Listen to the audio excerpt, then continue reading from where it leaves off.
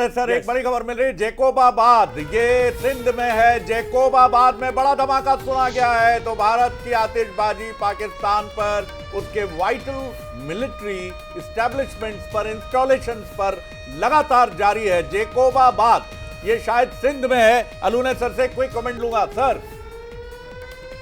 जेकोबाबाद, इसका मतलब बहुत स्पष्ट है कि भारत जो है अब उन एयरबेसेस को उड़ा रहा है जो कि पाकिस्तान की आर्मी की मदद कर सकते हैं। इसका मतलब ये भी हो सकता है कि भारतीय जो थल सेना है वो नियंत्रण रेखा पे पार होने के करीब है। मतलब ये निर्णय होने वाला है और ऐसा तभी होता है जबकि कोई भी वायुसेना, दुश्मन की वायुसेना अपनी थल सेना की मदद के लिए आगे नहीं बढ़ पाए। तो भारत अब जो पीओके है उससे आगे बढ़ के पंजाब और सिंध तक पहुंच गया है। इसका मतलब बहुत स्पष्ट है कि अब भारत ने मूड बना लिया है कि नियंत्रण रेखा को पार करके पाकिस्तान के इलाकों पर कब्जा किया जाए, क्योंकि यदि ऐसा होता है तो पाकिस्तानी आर्मी जो डिप्लॉय होगी वापस कहां से, बलूचिस्तान से और खैबर पख्तूनख्वा से, तो वहां के जो विद्रोही संगठन है वो इन इलाकों पर कब्जा कर लेंगे। तो कुल मिलाकर भारत की रणनीति बहुत जबरदस्त तरीके से काम कर रही है और ऐसा लगता है कि भारत के इस रणनीति में पाकिस्तान पूरी तरीके से उलझ गया है। जी बिल्कुल बिल्कुल। संजय जी जरा थोड़ा सा ये समझाइए, फिर मैं मेजर जनरल साहब की तरफ चलूंगा। मुझे लगता है कि बंसल न्यूज के माध्यम से भारत की सरकार ने कर्नल संजय सिंह तोमर को सुन लिया है कि उनके स्ट्रेटेजिक टारगेट्स के ऊपर अटैक किया जाए। जी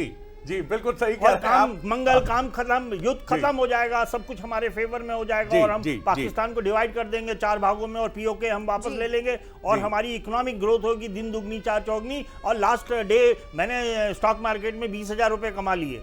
कमाल है सर, बहुत बधाई आपको। मेजर जनरल सर एक क्विक कमेंट आपका लेना चाहूंगा। अभी थोड़ी देर पहले आप कह रहे थे कि सबसे महत्वपूर्ण जो कंपोनेंट होता है कॉन्फ्रंटेशन के समय दो मुल्कों के बीच में जब ऐसी सिचुएशन बनती है तो ये जो हमारी वायुसेना है which is a very important thing, वो सबसे, और हम पाकिस्तान की मतलब सबसे इंपॉर्टेंट चीज को तोड़ रहे हैं सर। जी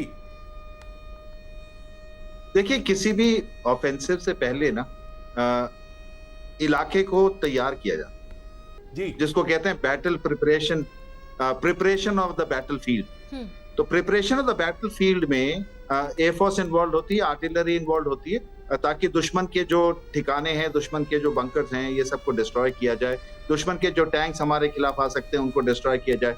तो ये preparation of the battle field में अटैक ऑन जो दुश्मन के एयरबेसेस के ऊपर अटैक एक बहुत इंपॉर्टेंट कंपोनेंट होता है। दूसरी बात, मैं जो बात नेवी की हो रही कि नेवी के ऊपर अटैक नहीं हुआ, देखिए बैटल इंडिकेटर्स होते हैं कि फुल बैटल में हम ज्वाइन करने वाले हैं या नहीं ज्वाइन करने वाले, हम ऑल आउट वॉर की तरफ जा रहे हैं या नहीं जा रहे हैं। उसमें navy is a strategic asset. Navy का सबसे पहला रोल, अगर नेवी आती है, अभी तक सिर्फ विक्रांत ने बॉम्बिंग की है Karachi airport, Karachi naval base जी। अगर हमने ब्लॉकेड, अगर हमें ये देखना है, 2-3 चीजें हमें देखनी है अगर हम समझे कि लड़ाई किस लेवल पे पहुंची है। अगर हम नेवल ब्लॉकेड अनाउंस करते हैं कि हम नेवल ब्लॉकेड हमने कर दिया है पाकिस्तान का, कोई अंदर नहीं जा सकता, कोई बाहर नहीं जा सकता, ये सबसे बड़ा बैटल इंडिकेटर होगा। दूसरा बैटल इंडिकेटर, अगर हमारी एयरफोर्स आईबी क्रॉस करके अटैक करती है उनके टारगेट्स के ऊपर, उनको बर्बाद करने के लिए, वो सेकंड बैटल इंडिकेटर।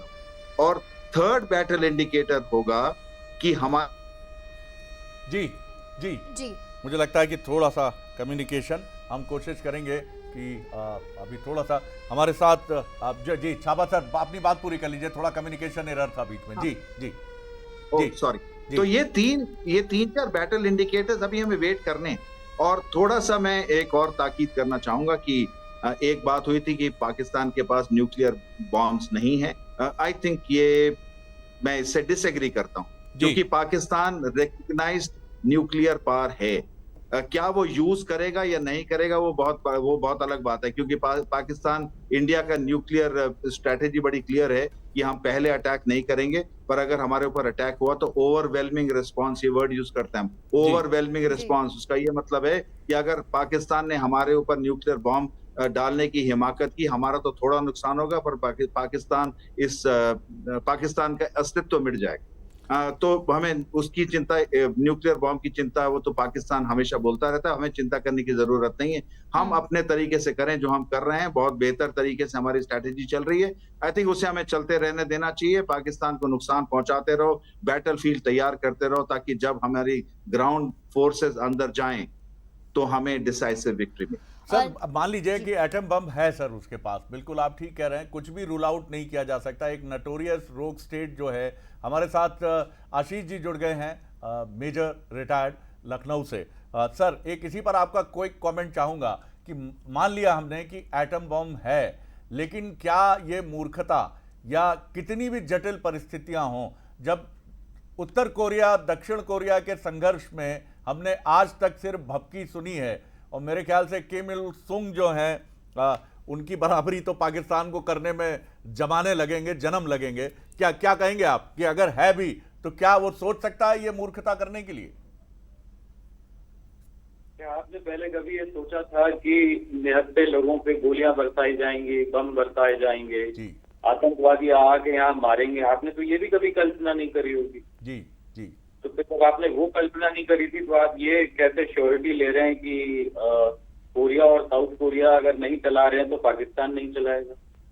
और मैं इस समझदारी में बिल्कुल बिलीव नहीं करता कि आप पहले मुझे थप्पड़ मार लो, उसके बाद मैं आपको 10 थप्पड़ मार लूंगा, है ना? अगर मुझे अंदेशा है कि आप मुझे थप्पड़ मारने वाले हो और मैं स्वाभिमानी हूँ, तो मैं आपको पहले ही 10 थप्पड़ मार दूंगा, और मैं अपना गाल आगे नहीं रखूंगा कि अच्छा जब तक तुम नहीं मारोगे मैं नहीं मारूंगा।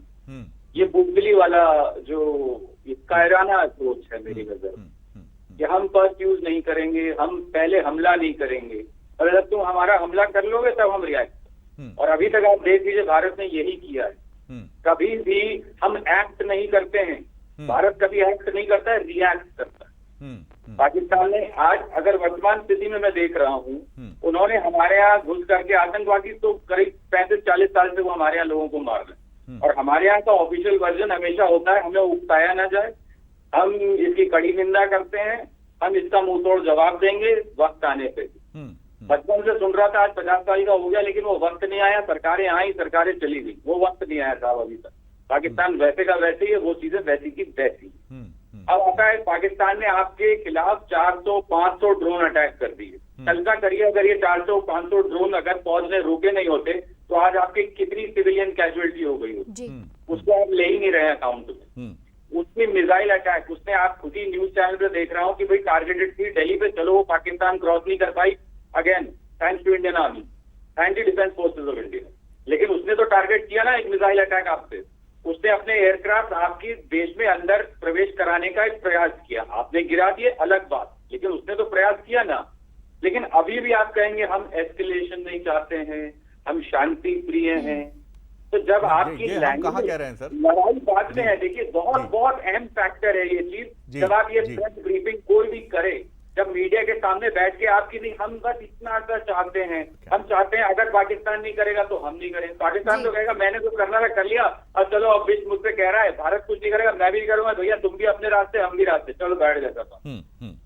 अब चलो वापस आ जाएंगे भैया, बिहार में क्या हो रहा है, स्टॉक मार्केट में क्या हो रहा है, फ्राइडे कौन सी मूवी रिलीज होने वाली है, वो आईपीएल के मैचेस स्थगित हो गए थे, चलो यार फिर से चालू करो। जी जी जी जी जी जी। और मुझे लगता है कि ये एक ऐसे वरिष्ठ सैन्य अधिकारी का उबलता हुआ खून है जो चाहता है कि अभी झिझोड़ कर मियां पाकिस्तान को घसीट कर लाया जाए और कहा जाए कि तुम्हारी हिमाकत बहुत हो गई मियां पाकिस्तान, अब किनारे बैठो, अब ये सब कुछ हमारा है। मैं आपके जज्बातों की बहुत रिस्पेक्ट करता हूं सर, और हम सब ऐसा नहीं है कि हमारी भावनाएं आपसे भिन्न हैं। जी संजय जी कुछ कहना चाह रहे हैं? बिल्कुल, मैं मेजर चतुर्वेदी से आई एग्री विथ हिम, और ये एक न्यूक्लियर ब्लफ है न्यूक्लियर बॉम्ब के बारे में। मैं इस बात की गारंटी दे सकता हूं कि अगर पाकिस्तान के पास न्यूक्लियर बॉम्ब है तो वो अभी तक इंडिया के ऊपर डाल देता। पाकिस्तान के पास न्यूक्लियर बॉम्ब नहीं है, और अगर हम ये भी मान लें कि पाकिस्तान के पास न्यूक्लियर बॉम्ब है और अगर उन्होंने इंडिया के ऊपर डाल दिया तो इंडिया का खेल खत्म हो जाएगा। We will not be able to react. इतनी डेंजरस चीज है। That is why America and Israel is supporting India, कि ये एक मौका है कि पाकिस्तान को कंप्लीटली डिस्ट्रॉय कर दिया जाए और पाकिस्तान